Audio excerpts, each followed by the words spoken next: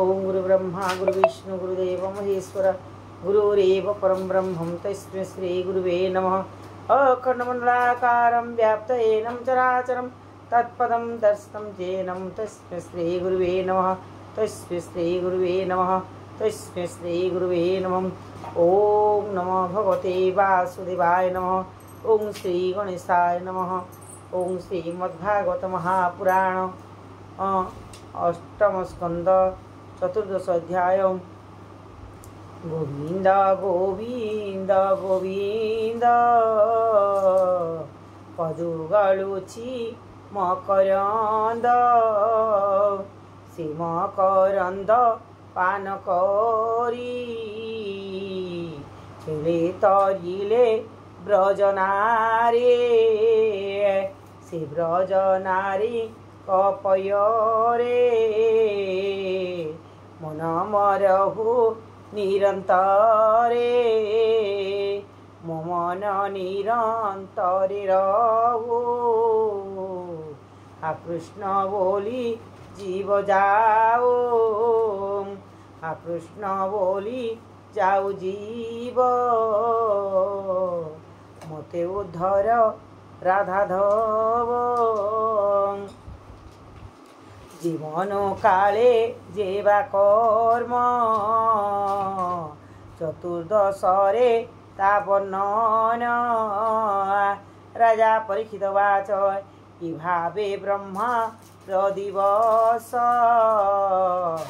भासिले मनु चतुर्दश जीवन काले जेवा कर्म जुग स्वभावे यथा धर्म विष्णुर आज्ञा परमाणे जीवा साधिले जणे जणे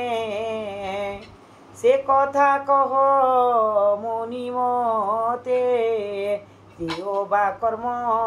कले जेते से सुखवाचम जीवनु मनुरतनुजे से सप्त ऋषि सृष्टि माझे जेते जे इंद्र देव गण ये सर्वरूप नारायण ताबिनु आनो नाही केहे से सर्व आत्मा मध्ये रहे यज्ञादि नाना अवतारे जे धर्म पाले निरंतरे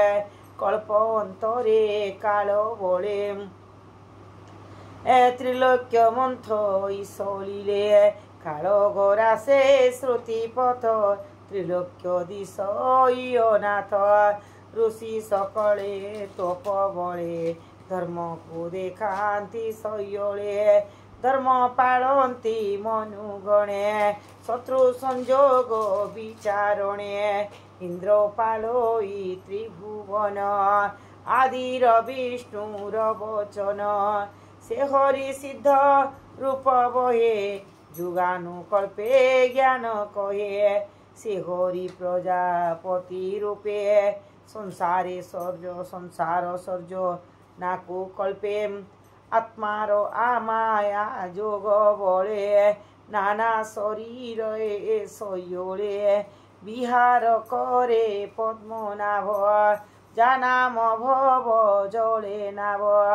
दृश्य अदृश्य से नमिसे केवल बीज रूपे दिशे कहिलु कल्प संख्या तोते से कल्पे भुंजंती जे मनते